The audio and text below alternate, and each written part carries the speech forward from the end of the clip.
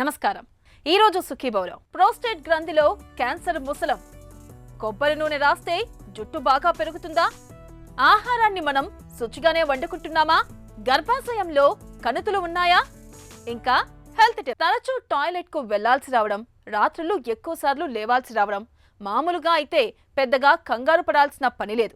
కానీ ఒక వయసు వచ్చాక 50 ఏళ్లు పైపడ్డాక ఇలాంటి మూత్రగండాలు ఎదురవుతుంటే మాత్రం ఆలస్యం చేయకుండా వెంటనే డాక్టర్ని సంప్రదించి తగిన పరీక్షలు చేయించుకోవాలి. పదే పదే మూత్రానికి వెళ్లాల్సి రావడం వెనుక ప్రోస్టేట్ గ్రంథిలో పెరుగుదల మొదలుకొని క్యాన్సర్ కణితుల వరకు చాలా కారణాలే ఉంటాయి. మరీ వయసులో పురుషులకు పెనుశాపంగా పరిణమించే ప్రోస్టేట్ క్యాన్సర్ గురించిన పూర్తి వివరాల్ని ఇప్పుడు తెలుసుకుందాం.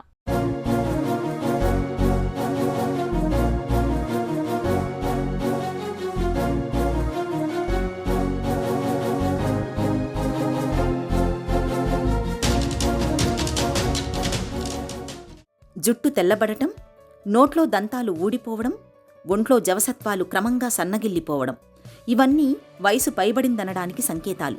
పురుషుల విషయానికొస్తే ప్రోస్టేట్ గ్రంథి పెరగడాన్ని కూడా వృద్ధాప్యానికి సంకేతంగా చెప్పుకోవచ్చు. పిల్లాడు పుట్టినప్పుడు ప్రోస్టేట్ గ్రంథి చాలా చిన్నదిగా నామమాత్రంగా ఉంటుంది. అతడు యుక్త వయస్కుడు అయ్యేనాటికి అది పనిచేయటం మొదలవుతుంది. ఆ తర్వాత వయసుతో పాటు క్రమంగా ఉబ్బుతూ వస్తుంది. ప్రోస్టేట్ పెరుగుతున్న కొద్దీ మూత్ర సంబంధమైన సమస్యలు కూడా పెరుగుతూ పోతాయి. చివరికి కొన్నిసార్లు ప్రోస్టేట్ గ్రంథికి క్యాన్సర్ సోకే ప్రమాదమూ ఉంటుంది. ప్రోస్టేట్ గ్రంథికి క్యాన్సర్ సోకినప్పుడు దాని తాలూకు లక్షణాలేవీ మనకు బయటకు ప్రస్ఫుటంగా కనిపించవు. అది పెరిగి శరీరంలోకి వ్యాపించాకే ఆకలి తగ్గడం, బరువు తగ్గడం, ఎముకలు పెడుసుగా మారి త్వరగా విరిగిపోవడం వంటి లక్షణాలు కనిపిస్తాయి.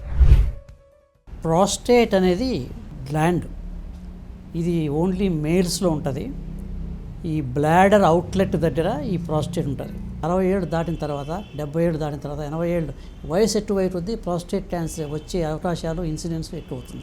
ఒబిసిటీ, స్మోకింగ్, ఆల్కహాల్ ఇటువంటి అలవాట్లు ఉన్న వాళ్ళు కూడా ప్రోస్టేట్ క్యాన్సర్ వచ్చేదంటే అవకాశం ఉంది. ప్రోస్టేట్ క్యాన్సర్ సిమ్టమ్స్ ఎలా ఉంటాయంటే ఫ్రీక్వెన్సీ ఆఫ్ యూరిన్, ఒంటెలు ఎక్కువ రావడం, ఒంటెలో బర్నింగ్ రావడం, ఒంటెలో రక్తం రావడం, ఒంటెలు సడన్గా ఆగిపోవడం, ఒంటెలో మంట రావడం, ఇటువంటి లక్షణాలు ఉన్నప్పుడు ప్రోస్టేట్ గ్లాండ్లో క్యాన్సర్ ఉందేమో అని ఎస్పెషలీ ఎక్కువ వయసున వాళ్ళు, 50 ఏళ్ళు 60 ఏళ్ళు దాటిన వాళ్ళు. మామూలు పేషెంట్ క్యాజువల్టీ వస్తాడు, పెథలాజికల్ ఫ్రాక్చర్ పడిపోతాడు, ఓల్డ్ మ్యాన్ ఫ్రాక్చర్ అవుతుంది. టెస్ట్ చేస్తే బోన్లో మెటాస్టేటిక్ డిసీజ్ ఉంటుంది. ఎక్కడి నుంచి ప్రైమరీ వచ్చిందంటే అది ప్రోస్టేట్లో వచ్చిందంటాం. ప్రోస్టేట్ గ్రంథికి ఎందుకు క్యాన్సర్ వస్తోందన్న దానికి ఇంతవరకు ప్రత్యేకమైన కారణాలేమీ గుర్తించలేదు.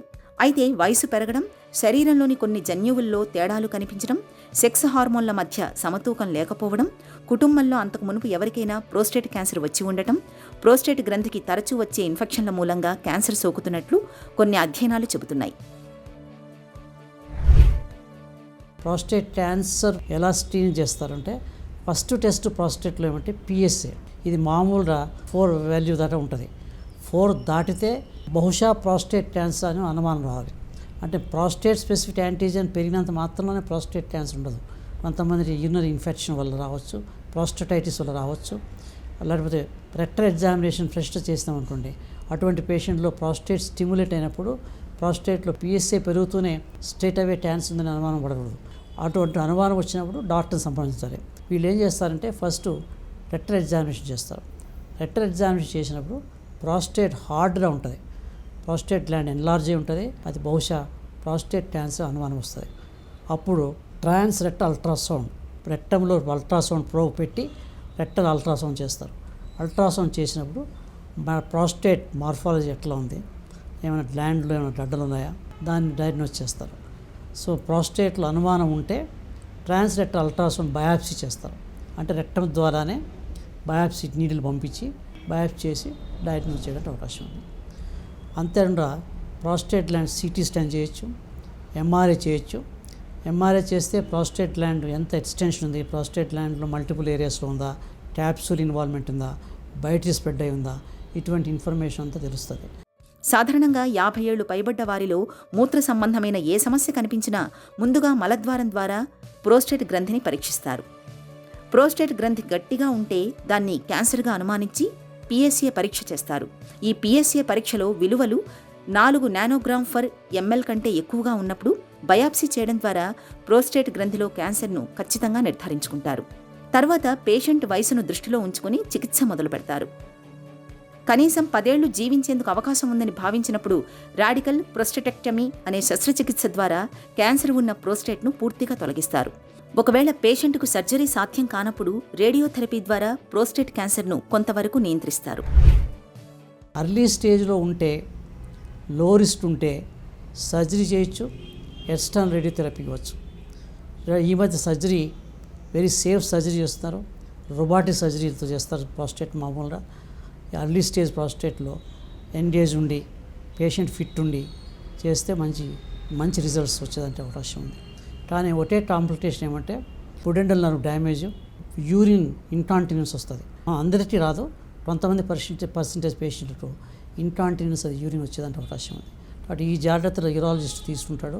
అలాగే సర్జరీ ఫిట్ కానివాడు పేషెంట్ అర్లీ స్టేజ్ ఉన్నప్పుడు ఎక్స్టర్నల్ రేడియోథెరపీ అంటే రేడియేషన్ బయట నుంచి ఇచ్చేదంటే వేరియస్ పద్ధతులు ఉన్నాయి. ర్యాపిడ్ డాట్ అంటాం, ఐజీఆర్టీ అంటే ఇమేజ్ గైడెడ్ రేడియోథెరపీ అంటే సైట్ అండ్ షూట్. ప్రాస్టేట్ అనేది రోజు పొజిషన్ మారుతుంటుంది. బ్లాడర్లో యూరిన్, దాని వెనక రెక్టం ఉంటుంది, రెక్టంలో మోషన్ ఫీటల్ మ్యాటర్ ఉంటుంది. ఈ రెండింటి వల్ల మూమెంట్ అవుతుంటాయి. ప్రాస్టేట్ మూవ్ అవుతున్నప్పుడు రేడియేషన్ ఇచ్చినప్పుడు ఒకసారి మిస్ అయ్యేదంటే అవకాశం ఉంది. కాబట్టి ఎవ్రీ డే ప్రాస్టేట్ గ్లాండ్ చూసి రేడియేషన్ ఇవ్వడం లేటెస్ట్ పద్ధతి. అది ఆ ఫెసిలిటీ అంతలా ఉండకపోవచ్చు. అటువంటి లేని చోట ర్యాపిడ్ ఆర్ట్ అనే పద్ధతితో రేడియేషన్ ఇస్తారు. ఇంకోటి ఐఎంఆర్టీ ఇంటెన్సిటీ మాడ్యులేటెడ్ రేడియోథెరపీ అంటే స్కల్ప్చర్ అండ్ పెయిన్ అనే అంటే ఎక్కడ రేడియేషన్ ఎక్కువ ఇవ్వాలా, ఎక్కడ రేడియేషన్ తక్కువ ఇవ్వాలా అటువంటి పద్ధతితో రేడియేషన్ ఇస్తారు. అర్లీ స్టేజ్ క్యాన్సర్లో రేడియేషన్ ద్వారా కూడా 95% క్యూర్ రేట్ ఉన్నది, సర్జరీ ద్వారా కూడా 95% క్యూర్ రేట్. కాబట్టి చాయిస్ పేషెంట్ వదిలితే బెటర్. హై రిస్క్ ఉన్నప్పుడు రేడియేషన్ ఇస్తారు, దాంతోపాటు hormone therapy for 2 to 2 years for some people life long hormone therapy ఇవ్వడానికి అవకాశం ఉంది. మెటాస్టాటిక్ క్యాన్సర్ ఉన్నప్పుడు హార్మోన్ థెరపీ బదులు దాంతోపాటు కీమోథెరపీ కూడా ఇచ్చేదానికి అవకాశం ఉంది. కాబట్టి క్యాన్సర్ ఈ స్టేజ్ని బట్టి ట్రీట్మెంట్ డిసైడ్ చేస్తుంది. మలి వయసులో ప్రాణాంతకంగా పరిణమించే క్యాన్సర్ను నివారించుకోవడం పూర్తిగా మన చేతుల్లో పనే. 50 ఏళ్లు దాటిన తర్వాత తరచూ PSA పరీక్ష చేయించుకుంటూ ఉండాలి. ఎక్కువగా లైంగిక చర్యల్లో పాల్గొనే వారికి ప్రోస్టేట్ క్యాన్సర్ వస్తుందన్న నమ్మకం మనలో చాలా మందిలో ఉంది. నిజానికి దాంపత్య జీవితానికి ప్రోస్టేట్ క్యాన్సర్కి ఎలాంటి సంబంధం లేదు. ఈ నమ్మకం కేవలం అపోహ మాత్రమే. అయితే కొవ్వు పదార్థాలు, మాంసాహారం ఎక్కువగా తీసుకునే వారికి సహజంగానే క్యాన్సర్ల ముప్పు కాస్త ఎక్కువ. కాబట్టి ఆహారంలో కొవ్వుల్ని, మాంసాన్ని బాగా తగ్గించాలి. ఊబకాయులకు, ఆల్కహాల్ ఎక్కువగా తీసుకునే వారికి కూడా ప్రోస్టేట్ క్యాన్సర్ ముప్పు ఎక్కువగా ఉంటుంది. కాబట్టి బరువును అదుపులో ఉంచుకోవాలి. మద్యపానం వంటి చెడు అలవాట్లకు దూరంగా ఉండాలి. జుట్టు బాగా పలుచగా ఉన్నప్పుడు, వెంట్రుకలు బాగా రాలిపోతున్నప్పుడు మనలో చాలా మంది తలకు అదే పనిగా కొబ్బరి నూనెను పట్టిస్తూ ఉంటారు. నిత్యం తలకు కొబ్బరి నూనెను రాయడం వల్ల జుట్టు బాగా పెరుగుతుందని బలంగా నమ్ముతూ ఉంటారు. అసలు ఈ నమ్మకంలో నిజమెంత? తలకు కొబ్బరి నూనెను రాయడం వల్ల నిజంగానే జుట్టు ఒత్తుగా పెరుగుతుందా? ఆసక్తికరమైన ఈ నమ్మకం గురించి డాక్టర్ ఏం చెబుతున్నారో ఇప్పుడు విందాం. చాలామంది కొబ్బరి నూనె రాస్తే జుట్టు ఊడిపోతుందా, జుట్టు పెరుగుతుందా అని చాలా మీమాంసలో ఉంటుంటారు.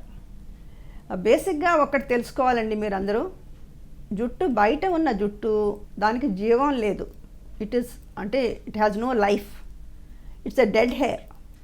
జీవం ఉన్న జుట్టు అంతా చర్మం లోపల చాలా లోతుగా ఉంటుంది. సో మీరు నూనె రాస్తే ఆ నూనె అంత లోతుగా అక్కడికి వెళ్ళదండి. ఆ హెయిర్ రూట్ దగ్గరికి, అంటే జీవం ఉన్న హెయిర్ దగ్గరికి ఈ నూనె వెళ్ళదు. సో ఈ నూనె రాయటం మూలంగా వచ్చే అడ్వాంటేజ్ ఏంటంటే బయట ఉన్న జుట్టు ఎండిపోయి పీచులా తయారవకుండా నున్నగా షైనింగ్ వచ్చేదానికి ఈ కొబ్బరి నూనె పనికొస్తుంది. అంతేగాని కొబ్బరి నూనె మూలంగా జుట్టు రాలిపోవటమో, కొబ్బరి నూనె మూలంగా జుట్టు బాగా పెరగటమో జరగదండి. కొబ్బరి నూనె అనేది మేము ఎందుకు చెప్తామంటే కొంతమందికి హెయిర్ బాగా డ్రైగా ఉండి పీచులా ఉంటుంది. వాళ్ళకి కొబ్బరి నూనె రాస్తే ఏమవుతుందంటే ఆ డ్రైనెస్ తగ్గి ఆ హెయిర్ క్యూటికల్లో స్మూత్ అవుతుందన్నమాట. దానికోసం డెఫినెట్గా కొబ్బరి నూనె రాయాలి. ఇంకొక ఇంపార్టెంట్ పాయింట్ ఏంటంటే కొబ్బరి నూనెలో కొన్ని యాంటీ ఫంగల్ గుణాలు ఉన్నాయి. యాంటీ ఫంగల్ గుణాలు ఉండటం మూలంగా తలలో మీకు ఫంగల్ ఇన్ఫెక్షన్స్ అలాంటివి రాకుండా చేయడానికి కూడా ఇంపార్టెంట్. తలలోనే కాదు, మేము యూజువల్గా చిన్నపిల్లలకు కూడా ఒంటికి కొబ్బరి నూనె రాయమని చెప్తుంటాం. ఎందుకంటే దీంట్లో యాంటీ ఫంగల్, యాంటీసెప్టిక్ గుణాలు కొన్ని ఉన్నాయి మూలంగా తలలో కొంచెము జుట్టుని స్మూత్గా చేయటమే కాకుండా కొంచెం బ్యాక్టీరియల్ ఇన్ఫెక్షన్స్, ఫంగల్ ఇన్ఫెక్షన్స్ ఇవి రాకుండా కూడా చేయటానికి ఆస్కారం ఉంటుంది. ఆహారం మన శరీరానికి జీవ ఇంధనం లాంటిది. అయితే తినే ఆహారం కలుషితమైతే అదే మన పాలిట విషంగా పరిణమిస్తుంది. ఆకుకూరలు, కాయగూరల్ని శుభ్రం చేయడంలోనూ, వంట వండుతున్నప్పుడు, ఆహార పదార్థాలను నిల్వ చేస్తున్నప్పుడు సరైన జాగ్రత్తలు తీసుకోకపోతే ఆహారం కలుషితమయ్యే అవకాశం ఉంటుంది. ఈ నేపథ్యంలో రోజువారీ ఆహారం, శుచి, శుభ్రత, వండుకునే విధానాల గురించిన పూర్తి వివరాల్ని ఇప్పుడు తెలుసుకుందాం.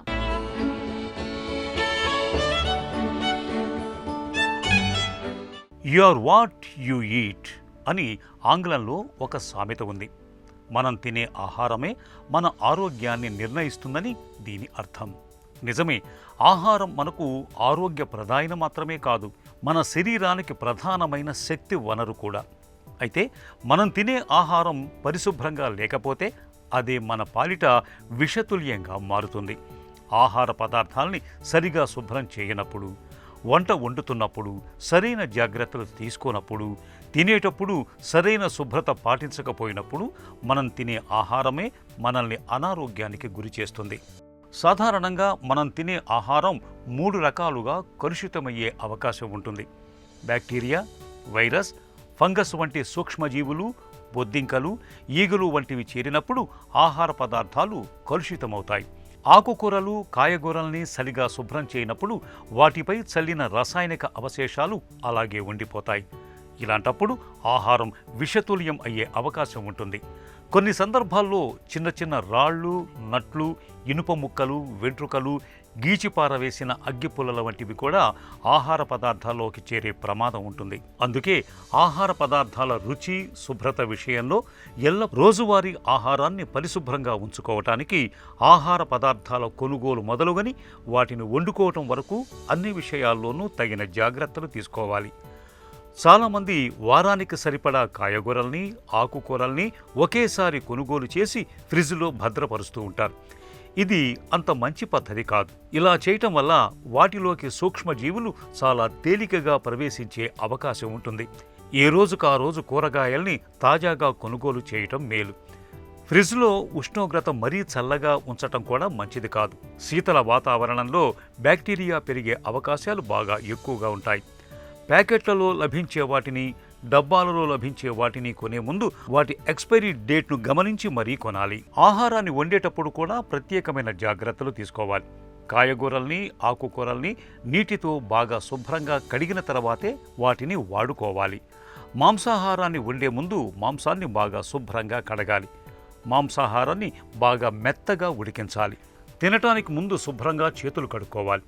వండిన ఆహారాన్ని ఎప్పటికప్పుడు తాజాగా తినటమే మేలు.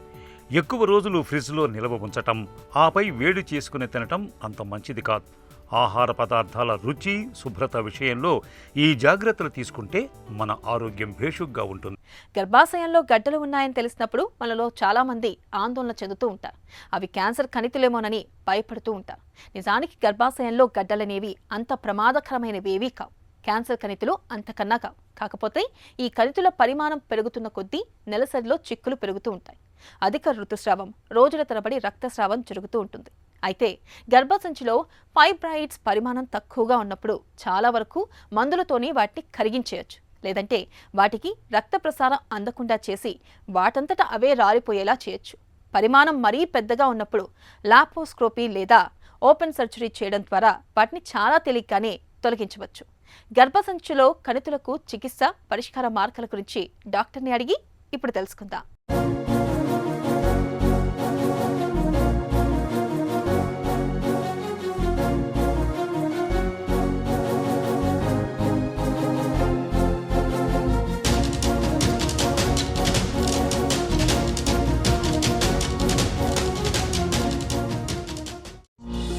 ఫైబ్రాయిడ్స్ అంటే ఏంటి? ఫైబ్రాయిడ్స్ అంటే మనం తెలుగులో కంతులు, గడ్డలు అని చెప్పేసి అంటుంటాము. సో కామన్గా ఏంటంటే ఈ మధ్యకాలంలో ఎక్కువగా ఈ ఫైబ్రాయిడ్ సమస్య చూడడం అనేది జరుగుతుంది. సో కామన్గా ఇది రిప్రొడక్టివ్ ఏజ్ గ్రూప్ లేడీస్లో, అంటే ఒక 20 ఇయర్స్ దాటిన తర్వాత 20 ఇయర్స్ నుంచి 40 ఇయర్స్ ఏజ్, ఆ రిప్రొడక్టివ్ ఏజ్ గ్రూప్లో కామన్గా ఈ గడ్డలు అవి చూస్తూ ఉంటాం. ఈ ఫైబ్రాయిడ్స్ అనేది గర్భసంచి లోపల అంటే మజిల్లో కానీ, అవతల భాగం అంటే పై పొరలో కానీ, లోపల పొరలో కానీ ఇన్సైడ్ ఇంట్రామ్యూరల్ ఫైబ్రాయిడ్స్ అనే రకరకాల ఫైబ్రాయిడ్స్ లాగా ఇవి కనబడుతూ ఉంటాయి. గర్భాశయంలో కణితులు ఎలా ఏర్పడతాయి? ముప్పు ఎవరికి ఎక్కువ?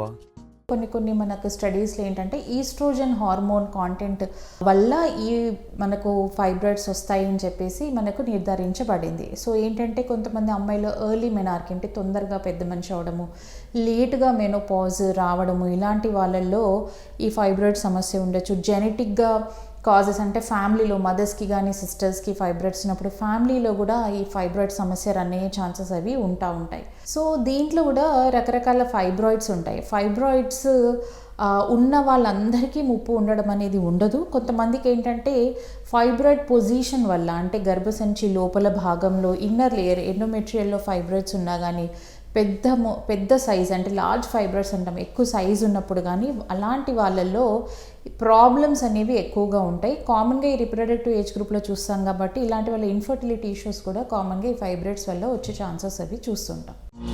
ఫైబ్రాయిడ్స్ ఉన్నప్పుడు ఎలాంటి లక్షణాలు కనిపిస్తూ ఉంటాయి? కొంతమందికి గడ్డలు ఉన్నా కానీ ఎటువంటి సమస్య కానీ సిమ్టమ్స్ కానీ ఉండవు. కొంతమందిలో ఏంటంటే ఫైబ్రాయిడ్ గడ్డ అంటే దాని పొజిషన్ బట్టి సైజుని బట్టి ఎక్కువ మోతాదులో బ్లీడింగ్ అవ్వడము, ఇన్ఫర్టిలిటీ ఇష్యూస్ అంటే ప్రెగ్నెన్సీ సరే రాకపోవడము, ఒక్కొక్కసారి పెద్ద ఫైబ్రాయిడ్స్ ఉండడం వల్ల యూరిన్ ప్రాబ్లమ్స్, మోషన్ ప్రాబ్లమ్స్ అంటే ప్రెషర్ సిమ్టమ్స్ అంటాం. ఈ ఫైబ్రాయిడ్ గడ్డలో ఒత్తుకుపోయి బ్లాడర్ సిమ్టమ్స్ రావడం అనేది కామన్గా చూస్తుంటాం. సో కామన్గా మనం చూసే సిమ్టమ్ హెవీ మెన్స్ట్రల్ బ్లీడింగ్ అంటే ఎక్కువ మోతాదులో పీరియడ్స్ టైంలో బ్లీడింగ్ అనేది చాలా కామన్ సిమ్టము. చాలామంది లేడీస్ కూడా మన దగ్గరికి ఆ సిమ్టమ్తోనే వస్తూ ఉంటారు. గర్భాశయంలో కణితులు ప్రమాదకరమా? కొంతమందిలో ఏంటంటే చాలా చిన్న ఫైబ్రాయిడ్స్ అంటే 1 సెంటీమీటర్ 2 సెంటీమీటర్స్ ఫైబ్రాయిడ్స్ అవి ఉంటుంటాయి. సో అలాంటి వాళ్ళకు ఏమీ పెద్ద ప్రాబ్లమ్స్ ఏవి ఉండనప్పుడు రెగ్యులర్గా మనం ఫాలోఅప్స్ అవి చేస్తూ ఉంటాము. సైజ్ ఏమైనా ఇంక్రీజ్ అవుతుందో అవి చూస్తూ ఉంటాం.